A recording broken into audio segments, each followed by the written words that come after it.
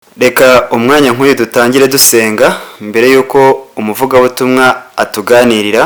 Mana igira neza, amasaha nk'aya turagushimye, tugushimiye uburyo wabanye natwe umunsi wose, kandi tugushimiye uburyo ugikomeje kuturinda.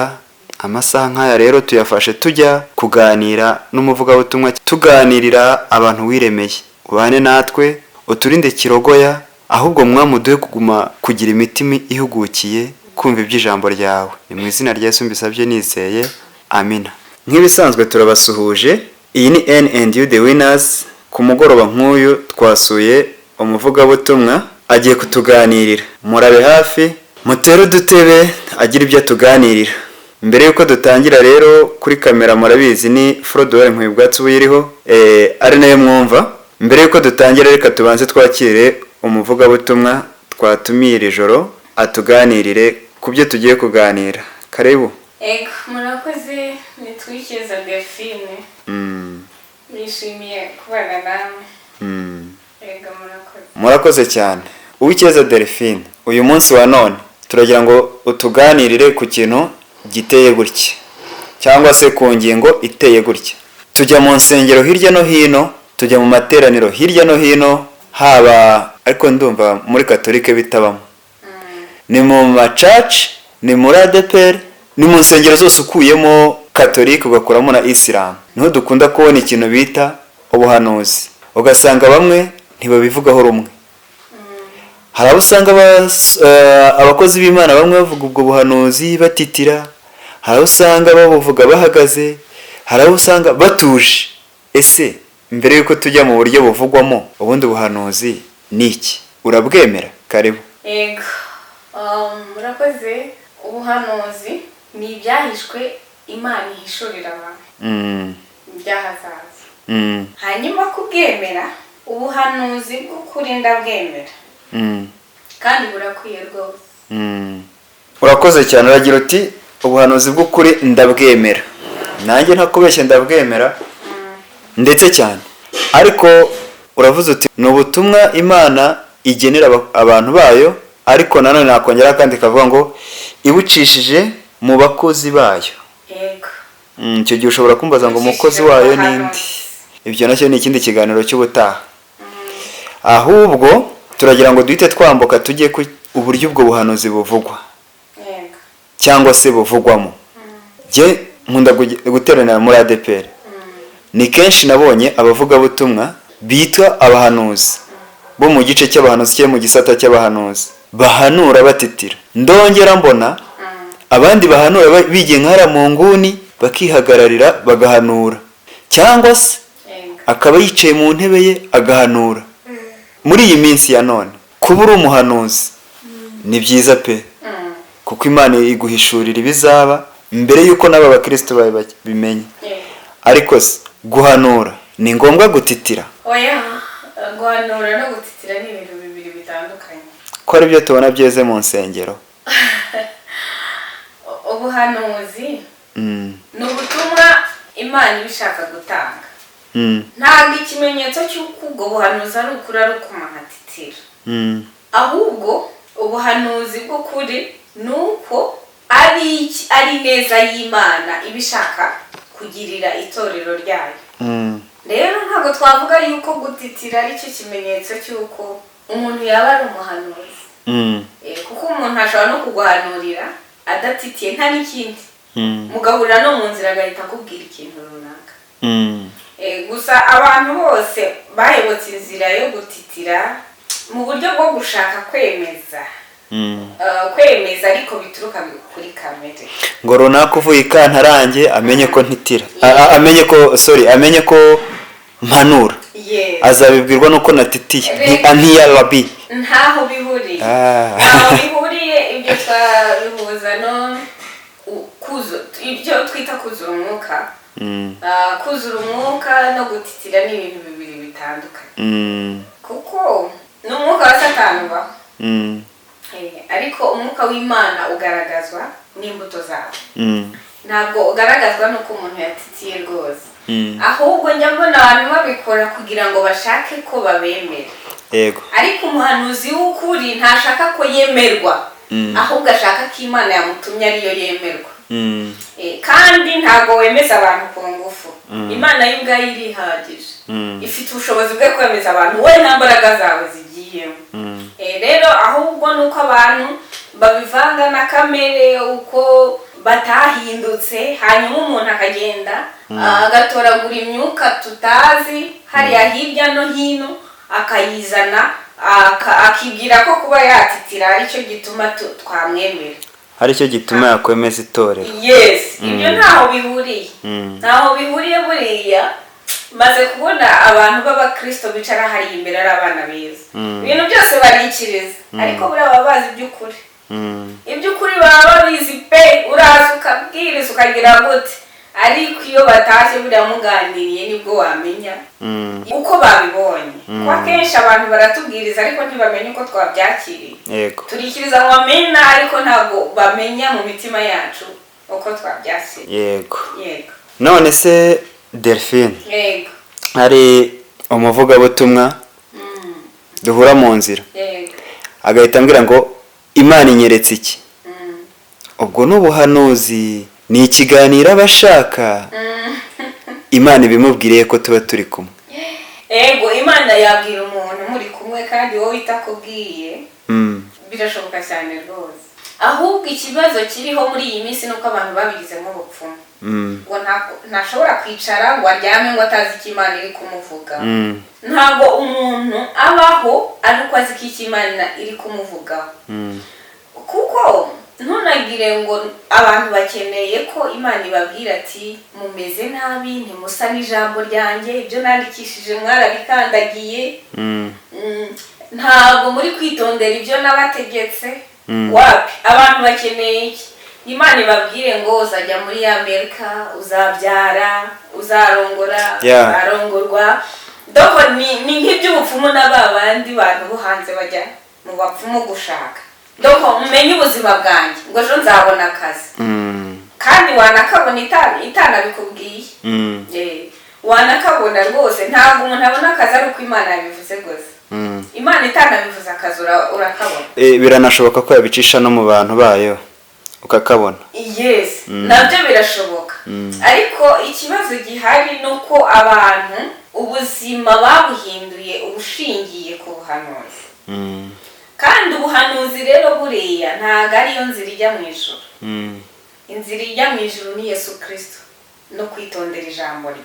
Kandi ubu buhanuzi bwo Bibiliya Imana yandikishije abantu ntibashaka kubusoma ngo babwitondere. Ahubwo ndashaka ngo menye ngo mbega muzarongorwa ryari, mbega nzapfa n'abatunze imodoka, mbega nzagira imirima myinshi. Abantu bakajya gusenga ari byo basengera, ariko ijambo ry'Imana Imana yandikishije badashaka ko ribahindura, badashaka guhinduka ngo base n'ijambo ry'Imana. Kandi nibwo buhanuzi twahawe butavangiye ngo tubugenderemo. Rero itorero ntabwo rishingiye ku buhanuzi, itorero rishingiye ku byanditswe byera. Ibyo byanditswe byera nibyo bigira umumaro wo guhindura umuntu, ariko ubuhanuzi ntibuhindura umuntu. Yego, ntabwo buhindura. Ubwo ushatse kuvuga ko ubuhanuzi ari kimwe mu byanditswe byera cyangwa se mu byahumetswe byera? Ahubwo Bibiliya y'ubwayo ni ubuhanuzi. Bibiliya y'ubwayo ni ubuhanuzi. Hanyuma hari icyo narimbaje mu kanya, umuhanuzi akakubwira ngo Imana irambwiye ngo. Kandi kera muri za Sunday school batubwiye yuko akimana karya uwarambije. Umuhanzi wundi araririmba ati guma ku karago utindeyo, nibwo uzabona ibiva ku mwami Imana. Harya kuko abikubwiye yitambukira mu nzira cyangwa se muhuriye nko ku isoko cyangwa se ku cyapa runaka, wowe ubibwirwa ubafashaga ngo wongere ugirane n'Imana, ibyo wongere ugirane ibihe byiza n'Imana? Birashoboka cyane kugira ngo wenda utarakomeza, kugira ngo n'Imana hiri mu ijuru ibone koko wayihaye umwanya nayo izi kuganiriza. Birashoboka ko yaba ari mu nzira akavugana n'Imana. Aho ruzingiye nihe? Kuko nta hantu Umwuka Wera adakorera. Ahantu ruzingiye ni guha ubwenge bwacu bukahora buri connected ku Mana ikihe cyose yatuvugisha. Ahubwo ikibazo kiri hehe? ikibazo kibuko njyewe nagiye mu bintu byose n'ubwenge n'umutima byose n'umwuka wanjye bijya muri ibyo bintu. Ariko hari umuntu ukora n'akazi gasanzwe ariko umutima uri ku Mana. Uwo muntu rero biroroshye ko Imana imucamo ikaba yakuvugisha cyane kandi ari muri ibyo bintu byinshi bitandukanye.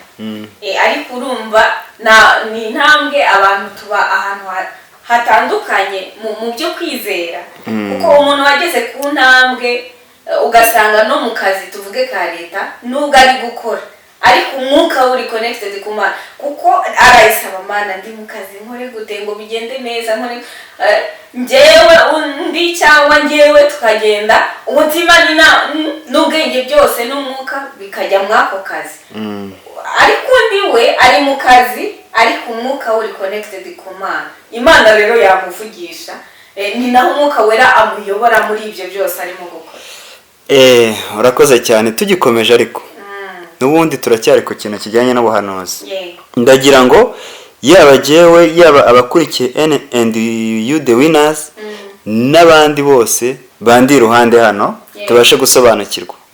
Turabizi ko mu minsi ya mbere bavugaga ngo Imana iguhaye kwiga, Imana iguhaye umuryango, Imana iguhaye visa, wenda tuvuge ijya mu Buhinde, ijya muri Croatia, ijya mu Bushinwa, ijya muri Amerika n'ahandi, muri Australia ndetse n'ahandi. Umukristo ubibwiwe bikaba nkaho bimubereye iki umutwaro kandi agiye kurinda mpaka isezerano rye risohoye, hatatazateshuka akabura rya sezerano Imana yari imuhaye akarikomera. Ubwo ni nko kuvuga ngo ndakubwiye ngo nguhaye iki, ariko nawe biragusaba ko uguma kuba ku birenge byanjye cyangwa se uguma kuba imbere yanjye n'ubundi turi kumwe. Uyu munsi insengero nyinshi, ntavuze ngo ADPR, ntavuze ngo church runaka, ubwo nibanze kuri churches no kuri bene data mu itorero rya ADPR, ukajya kumva umuhanuzi araje ati Imana ikujyanye muri Amerika, Imana igukoreye ubukwe bwiza, Imana igukoreye iki, Imana igukoreye iki, ariko ntakubwire ngo nyuma yo kwikubwiye iki nawe urasabwa iki. Ubuhanuzi bw'iki gihe ubugeranije n'ubwa mbere nk'umuvugabutumwa twatumiye, ubutekerezaho iki? Ikintu nabivugaho, birashoboka ko Imana yakubwira ibyo byose, ariko iby'iyi minsi byabaye iturufu. Kuba Imana ikubwiye ibintu runaka uhita wumva ko ariko gakiza, kandi ishingiro ry'agakiza ntirishingiye kuko Imana yakubwira ibintu runaka. Kuko icya mbere tunarebe abo bahanuzi bo nabo kure, kuko ushobora no gusanga abo bahanuzi ubwabo batarabukure. Bibuke ko ibyanditswe bivuga ngo bazigwiriza abigisha bahuje n'irari ryabo. Muri iyi minsi rero birasaba kwitonda. Kubera imitima y'abantu babaye irakomeretse, ibibazo ni byinshi. Niyo mpamvu n'abahanuzi baduka bazana ibisubizo by'ibibazo, kuko nicyo kibazo gihari. Ese ubwo ntibya ubuzima buragoye, ibiki byose biragoye.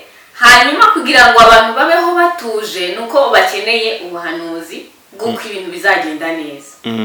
Ariko kandi bishobora no kutagenda neza, kandi umuntu akajya mu ijuru. Kuko nkuko nabivuze haruguru, ntago kujya mu ijuru bishingiye ku buhanuzi. Ibi abantu baduhanurira kujya mu ijuru bisingiye kwitondera iby'Imana yategetse. Yego. Sibyo? Kandi rero iyo baje bakaguhanurira ngo ugiye muri Amerika ubonye bourse, aho nta gakiza karimo. Agakiza no kwitondera iby'Imana yategetse bikaguhindura ukaba umwana w'Imana. Rero abantu twayobotse inzira y'ubuhanuzi kuruta kwitondera ijambo ry'Imana. Watangiye uvuga ngo ubuhanuzi bw'iki gihe abenshi babufata nk'ubupfumu. Yego. Mukanya urongera uti ubuhanuzi, hari ubuhanuzi muri iyi minsi buri guhanura ibijyanye n'irari ryabo. Ese twe tuba twicaye hari imbere tubyumva, ntituzabifata nampanura ngo mu minsi 3 ndaba mbonye visa, ya minsi 3 igashira ntayibonye. Ese ntibizanjyana kwa kuvuga ngo babahanuzi ni abahanuzi b'ibinyoma ba bandi b'iminsi ya nyuma, bigatuma nanjye mpita ngira akantu k'agatima k'ubwihebe ko kuba icyihebe mu itorero. Urabaza abantu b'ibyihebe mu itorero baragenda rwose bakigomeka. Ese jyewe uhawe ubwo buhanuzi bujyanye n'irari rye, jyewe ubwirwa simbizi, bujyanye n'ibinyoma bigwiriye muri iki gihe, njye icyo gihe ntazaba ndemyemo umutima w'ubwihebe? nawe ubwawe uzaba ufite ikibazo. uti gute? ari uwabiguhanuriye afite ikibazo, ari nawe ufite ikibazo. kuko wabiguhanuriye niba koko ari Imana byakabaye bibaho, ariko ko bitabaye nyine ubwo si byo. ariko kandi impamvu nawe ufite ikibazo ni uko umutima wawe kwizera kwawe gushingiye kuri ibyo bintu. ni ukuvuga ngo bitabayeho mbuze Imana, kandi Imana ntabwo ishingiye, ntabwo kubaho kw'Imana muri wowe ntabwo gushingiye ku by'iguha. ntibushingiye kuri buruse, ntibushingiye kujya muri Amerika, ntabwo bushingiye kuguha ibyo wifuza. kuko icyazanye Yesu Kristo mu isi ntabwo ari ibyo, ni ukugukiza njyewe nawe, ankize ububi bwanjye, ampindure mba umwana w'Imana. ibyo rero Imana ishobora kubiguha.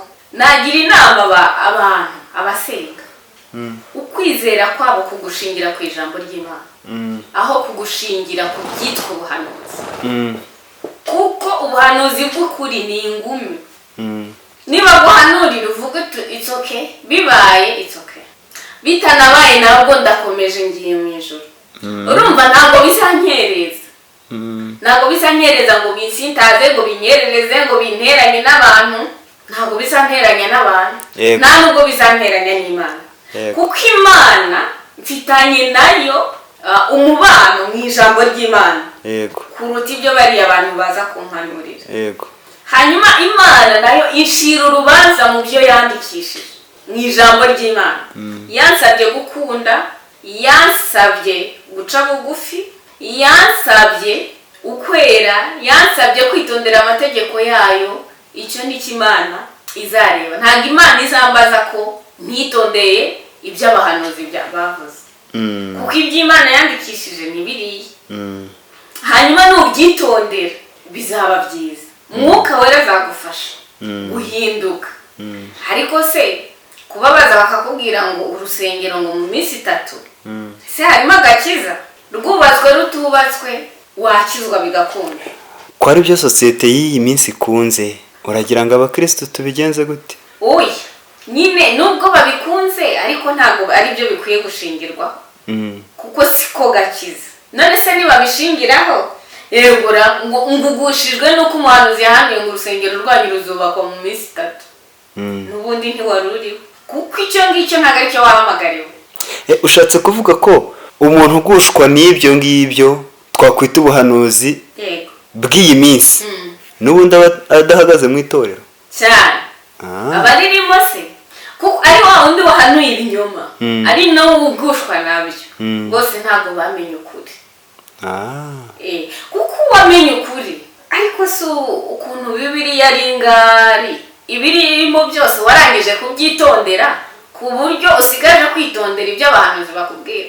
rero nta n'ibyo badusaba kwitondera, ahubwo ni ibihaza kwifuza kwacu bashaka kutubwira. urumva rero ngenzi abantu bakize batabahanuriye, nzi abantu bize bakaminuza bakajya naho udatekereza batabibahanuriye. rero kuba babihanura cyangwa batabihanura ntabwo ari cyo kizatuma utajyayo, cyangwa ari byo bizatuma ujyayo. ntibigukerereze, ahubwo inama natanga abantu nibite ku ijambo ry'Imana, kuko niryo ry'ukuri, ni naryo buhanuzi twandikiwe bwo kuduhindura.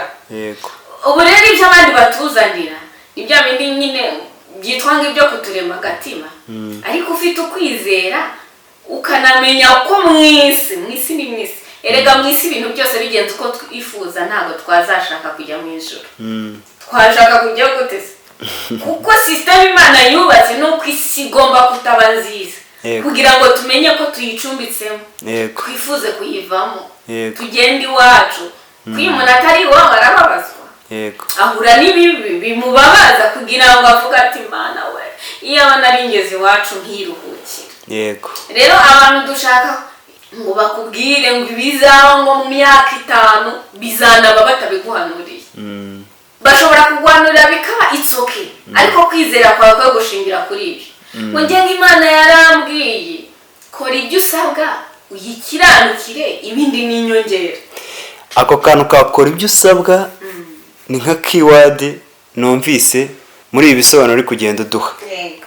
Kora ibyo usabwa niyo yahozeho kera. Bakubwira ati Imana niba iguhaye urubyaro mbere y'uko uruguha, Yego. nawe hari icyo usabwa, ni ukuyihora imbere, guhora uyitakira, ukaba kuri ka karago twahoze tuvuga hejuru, Yego. ukakabaho ukagatindaho. Kuko muri Bibiliya batubwira ko Hana yari afite twamwita nde mukeba we Yego, Penina. Penina yaramukeba. We yaraje ahita abyara, birihuta akajya akina ku mubyimba. Hana arangije Hana aratuza akajya ahora imbere y'Imana, ari asenga. Iyo aza guhita acika intege, wibwiye ko mwana ari kumubona, ntabwo ari kumubona, ariko kuba yaratindanye n'Imana yahavanye ibisubizo. Rero ako gahe dusabwa twagakwiye kugatekerezaho, nako niko mbyumva, aho kugira ngo twiringire wa mugani bwa buhanuzi bw'iyi minsi. Situvuze ko abadukurikiye mu byumve neza, ntabwo tuvuze ko tutemera ubuhanuzi, ariko muyungurure ubuhanuzi muhabwa, mumenye aho muva naho mujya mu nzira y'agakiza. Ntabwo and you the winners tubabeshya, namwe mutinde ku karago muzabona isezerano ry'Imana yabahaye. Naho iby'ubuhanuzi bw'iyi minsi niba ari bwo buzabageraho, ariko kandi niba atari nabwo wicika intege gumusenge, aho kugira ngo ujye hariya ujye kwivumburira abakozi b'Imana bagenzi bawe, wowe kora icyo usabwa ukiranuka imbere y'Imana. Ndabeshya muvuga butumwa? Oya, ntabwo beshya, kuko icyo kintu kubera imitima y'abantu yahise ituma n'abantu babigira business. Yego. Kuko abantu bazi ko bakeneye ubwo bupfumu. Icyo twita ubupfumu Yes. ni ubuhanuzi, ariko muri iyi minsi bufite ishusho y'ubupfumu. Yes. Abantu bahise babigira business. Ukumva abantu bise prophet arahanura ari uko bamwishyuye. Urumva? Ukumva umuntu yiyise umuhanuzi, uramugeraho ari ukujyana ituro. Urumva? Hanyuma abantu bahise babigira akazi kugira ngo bajye babikorera babandi babyifuza. Ufite icyifuzo, ikibazo, genda usenga Imana yagikemura, babihanuye cyangwa batanabihanuye, kuko ni byinshi Imana ikora itabitubwiye. Nkuko no kuza ku isi twaje, Imana se yabanje kubiduteguza, ishobora kubivugana cyangwa ntibivuge. Ariko urumva nitugira imitima ihamiye cyane, ngo Imana imbwire, ngo Imana irabivugaho iki? Inshuti yanjye, uzaba ugiye ahantu habi. Kuko urukundo rw'Imana cyangwa se kuba Imana ikwemera ntabwo byaca mu buhanuzi. Cyane ko abo bahanuzi bazamuwe nuko babona imitima ya benshi ari byishaka, ariko atari abahanuzi b'ukuri. Ko ikiguhamiriza ko kuri umwana w'Imana nuko usa n'ijambo ry'Imana, ntabwo ari uko babiguhanuriye. Ikiguhamiriza ibibazo twese ari abakijijwe ari n'abadakijijwe bahura nabo. Ari abadakijijwe birakemuka ntawe wahanuriye, nawe byakemuka ntababiguhanuriye. Kimwe nuko bishoboka ko n'ubuhanuzi bwaza, ariko ubwo buhanuzi aba ari bwo tugira ishingiro ryo kwizera. Oya rwose. Niyo mpamvu uzasanga abantu twarahuye n'ibibazo byinshi kubera ariho twashyize umutima. We bamanurire nibitaba byuzasitara. Ariko nubu utabishinzeho umutima, ushinze umutima wawe mu ijambo ry'Imana, bizaba utambuke, bizarorera kuba utambuka. Ugende ukomeze umwana w'Imana. Tugana ku musozo, ikintu nge ntoyemaho nuko dukwiye kwerekeza amaso kuri Bibiliya. Nibwo buhanuzi butavangiye. Hanyuma ibindi bikaza ari inyongera, niba nabyumvise neza. Bana mudukurikiye, murabe mubyumva muhanga amaso Bibiliya gusa. Ibindi biza ku ruhande biza ari inyunganizi, nibiba uzashima Imana, nibitaba uzakomeza urugamba, ukomeza urugendo, uzahura nabyo imbere, cyangwa se biba ari ibihanuro cyangwa se ubuhanuzi bw'ibinyoma wahuye nabwo. Ariko uzi ko umuntu ashobora kumara ukwezi cyangwa amezi 5 atazi ko ijambo ry'Imana riri kumusaba, ahubwo yiruka ku musozi ngo agiye kumva icyo Imana imuvugaho. Kandi icyo Imana yakwandikiye ngo ukitondere ntabwo ushaka kukimenya. Ntushaka kukimenya. Ariko ngiye nkashaka ngo Imana ngivuge ku byanjye uko bizagenda. Wowe si byo yandikishije, uri kubikoraho iki? Hari n'abajya bajya mu butayu runaka ngo ngiye kumva icyo Imana ivuga, ngo ngiye kumva icyo Imana ivuga. Imana ntabwo iyoborwa gutyo. Iby'Imana hari umuhanzi warebye ngo biba ku murongo. Ndakeka turi kumwe muri iyo njyana. Iby'Imana ni ku murongo. Niba itarakugeraho rero wiyivumbura ngo mvuye mu butayu nta kimbwiye, mvuye mu rusengero runaka nta kimvuzeho, kandi icyo gihe ugenda wanapanze ibyo iri bukuvugeho, ivuze ibihabanye uza nabwo warakaye. Abantu b'iyi minsi rero twagakwiye kwiga kubana n'Imana. Vuga senga Imana uyizere ko Imana n'urukundo. Baguhanura bataguhanurira gukunda. Kandi zabikora. Bishobora kutabikora kuko ari bwo bushake bwayo. Yego. Ariko ntubyite ngo nuko Imana ikwanga. Yego. Imana iradukunda ndetse cyane. Ndetse cyane. Rero kujya mu gusenga ngurindiriye ngo icyo Imana iri bubivugeho, bashobora nyine bazagutuburira. Yego. Bazagutuburira utaye mu birere, ejo utegereze ubibure. Uhita wivumbura ngo sinzasubira no gusenga kubera ngo bitabaye. Urabizi neza ko ari Imana yabivuze. Ari nayo mpamvu abantu b'iyi minsi bari gutinya ubuhanuzi cyane. Bati buriya haraho nabivuze, haraho nagenganirira umuntu, none arahindukiye aje abyitwaza nk'ubuhanuzi. Bibaho. Ugasanga abahanuzi mbese muri iyi minsi abantu benshi babahinduye nk'abatekamitwe. Ati haraho nabivuze wenda aranyumva none aje kubimpanurira. Urumva? Haraho nahuriye nawe ahise aza ati umva uko Imana ivuze. Rero nkuko twabivugaga hejuru kandi namwe mwatubwiye, nshishikariza n'abakurikiye N&U The Winners gusoma Bibiliya, tukamenya icyo Bibiliya iteganya. Batubwira ko Bibiliya ari bwo buhanuzi butavangiye, sibyo? Erega Bibiliya yanditswe kugira ngo tumenye icyo Imana idushaka. Yego. Twebwe twarahitaye twirwa twiruka ngo dushaka ngo kumva icyo Imana ituvuga. Yego. Niba uhuye n'ikibazo bwira Imana uyizere, ntazagikemura ariko babiguhanuriye. Yanagikemura batabiguhanuriye. Urakoze cyane. Abari badukurikiye rero mutwemere dusoreze hano. Ndumva iki kiganiro kiryoshye ntabwo cyaza kugira umusozo, ariko mutwemerere dusoreze aha. N'umuvugabutumwa arahari, ariko aravuze ngo ntitwasoza tutumvise ijambo twakwita iry'umunsi cyangwa twakwita iry'iki kiganiro. Karibu. Yego. Ni muri Matayo. Ibice 5. Umurongo wa 8. Kuvuga ngo hahirwa b'imitima iboneye kuko ari bo bazabona Imana. Hahirwa b'imitima iboneye kuko ari bo bazabona Imana. Unasomye Bibiliya nuko wenda ari umwanya mutoya. Ngo riboneka muri Matayo ibice 5 umurongo wa 8. Ibice 5 umurongo wa 8. Usomye Bibiliya ahantu na hamwe bakubwira ngo hahirwa abahanurirwa kuko ari bo bazabona Imana. Abahiriwe n'abitondera ijambo ry'Imana. N'abahinduwe n'ijambo ry'Imana. Bafite imitima iboneye. Yego. Abo ni bo bazabona Imana. Rero ibindi abantu twirukamo. Niba waraje ushaka agakiza, soma ibyanditswe wemere Umwuka Wera aguhindure. Uhinduke ubicyaremeye. Ingeso zawe zihinduke. Ntabwo kuba baguhanuriye ari byo bizakugira umwana w'Imana. Ntabwo ari byo bizatuma ugira umutima uboneye. Umutima uboneye uzawuhabwa no kwizera Yesu Kristo ugahinduka. Rero narangiza bifuriza guhindurwa n'ijambo ry'Imana tukagira umutima uboneye tukaba abana b'Imana. Unadushishikariza guhora dusoma Bibiliya. Murakoze cyane. N'ubutaha nitubatumira muzaze kuduha impuguro nyinshi. Murakoze cyane. Mwabibonye ko kuri N&U The Winners ikiganiro kuba ari ukuganira nyine. Ibitekerezo ufite ku ngingo runaka urabitanga. Karibu rero n'ubutaha. Murakoze cyane.